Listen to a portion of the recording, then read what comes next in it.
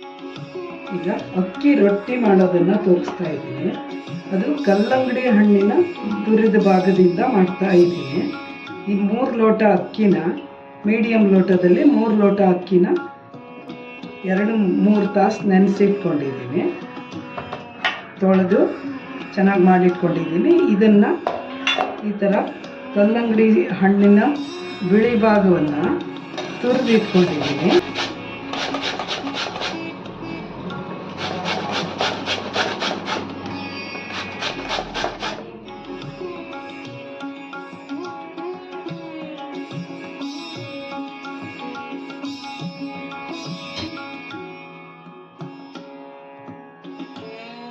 ಮಿಕ್ಸಿಗೆ ಹಾಕಿ ನುಣ್ಣಗೆ ರುಬ್ಕೋಬೇಕು.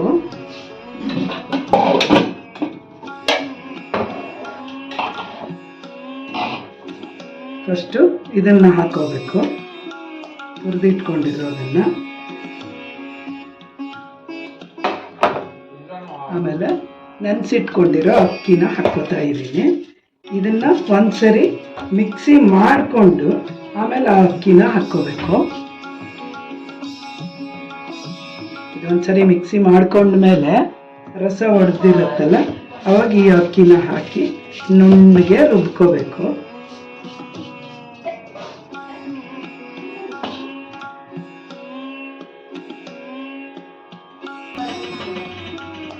ಇದೀಗ ನುಣ್ಣಗೆ ಮಿಕ್ಸಿ ಮಾಡ್ಕೊಂಡಾಗಿದೆ.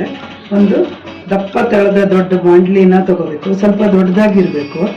ಇದನ್ನು ಒಲೆ ಮೇಲೆ ಇಟ್ಟು ಕೈ ಆಡಿಸ್ಬೇಕಲ್ಲ, ಅದಕ್ಕೆ ಸ್ವಲ್ಪ ದೊಡ್ಡದೇ ತಗೋಬೇಕು. ಇದಕ್ಕೆ ಸ್ವಲ್ಪ ನೀರು ಹಾಕಿ ತೊಳೆದು ಹಾಕ್ತೀನಿ.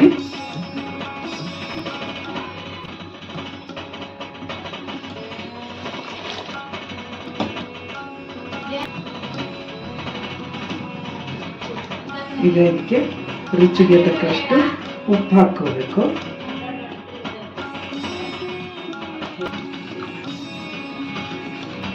ಇದಕ್ಕೆ ಈಗ 1 ಚಮಚ ತುಪ್ಪನ ಹಾಕೋಬೇಕು. ತುಪ್ಪ ಹಾಕ್ಕೊಂಡ್ರೆ ಚೆನ್ನಾಗಾಗತ್ತೆ.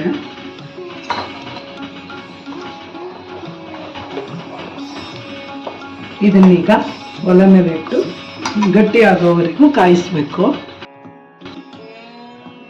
ಈಗ ಇದನ್ನ ಒಲೆ ಮೇಲೆ ಇಟ್ಕೊಂಡು ಈ ಥರ ಕೈ ಆಡಿಸ್ಬೇಕು.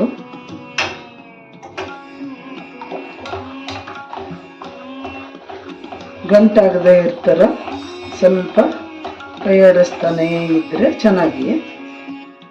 ಮೀಡಿಯಂ ಊರಿನಲ್ಲಿ ಕಾಯಿಸ್ಕೋಬೇಕು. ಇದನ್ನು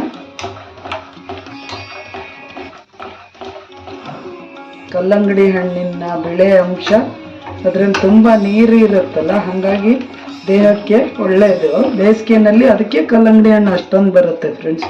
ದೇವ್ರ ಸೃಷ್ಟಿ ಹೆಂಗಿರುತ್ತೆ ನೋಡಿ. ದೇಹಕ್ಕೆ ನೀರು ಬೇಕು.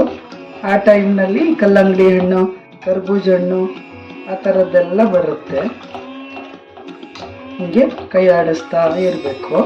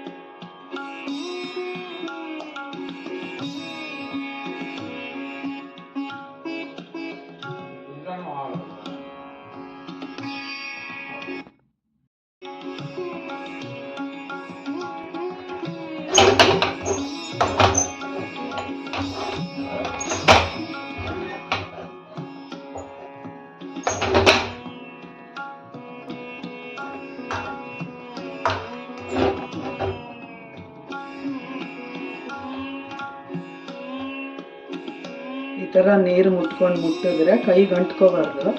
ಅವಾಗ ಈ ರೊಟ್ಟಿ ಹಿಟ್ಟು ಬೆಂದಿದೆ ಅಂತ ಇದನ್ನು ಚೆನ್ನಾಗಿ ನಾದ್ಕೋಬೇಕಾಗತ್ತೆ. ಈಗ ಇದನ್ನು ಆಫ್ ಮಾಡಿ ಇಟ್ಕೋತೀನಿ.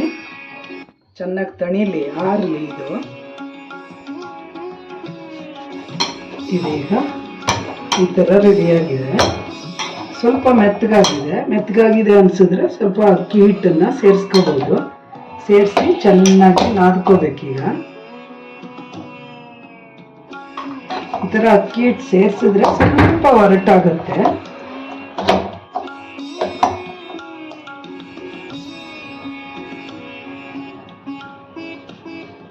ಚೆನ್ನಾಗಿ ನಾದಿ ಈ ಥರ ರೆಡಿ ಮಾಡ್ಕೋಬೇಕು.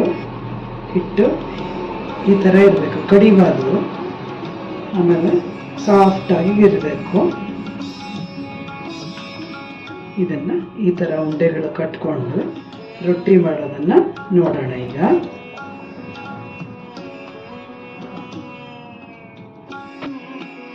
ರೊಟ್ಟಿಗೆ ಈ ಥರ ತಿಕ್ಕಿ ಉಂಡೆ ಮಾಡಿಕೊಂಡು ಸ್ವಲ್ಪ ಹಿಟ್ಟು ಹಾಕಿ ಲಟ್ಟಿಸ್ಕೋಬೇಕು.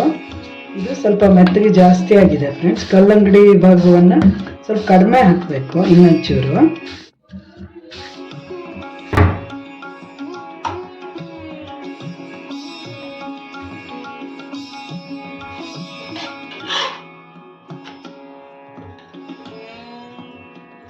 ತುಂಬ ಸಾಫ್ಟ್ ಆಗಿರುತ್ತೆ ಫ್ರೆಂಡ್ಸ್ ಈ ರೊಟ್ಟಿ.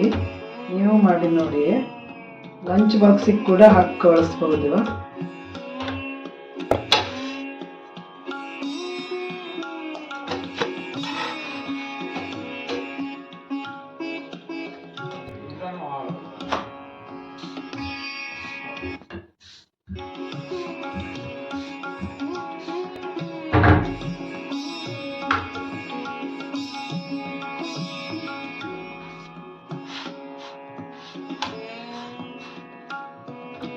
ನೋಡ್ರಿ,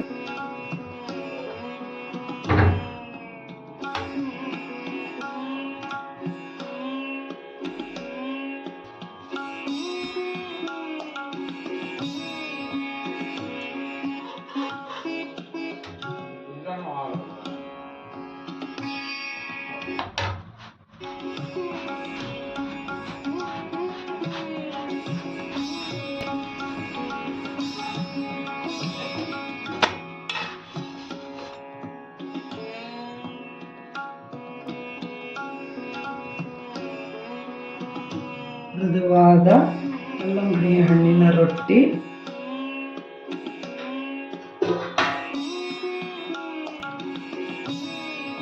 ಕಾಳು ಮತ್ತು ಹರವೆ ಸೊಪ್ಪಿನ ಹಳೆ ಹರವೆ ಸೊಪ್ಪು ಇದು, ಅದರದ್ದು ಪಲ್ಯ.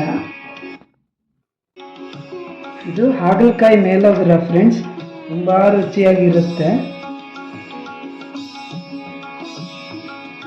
ಚೆನ್ನಾಗಿದೆ ಅಲ್ವಾ ಫ್ರೆಂಡ್ಸ್? ಅಷ್ಟೇ ರುಚಿಯಾಗಿ ಕೂಡ ಇದೆ.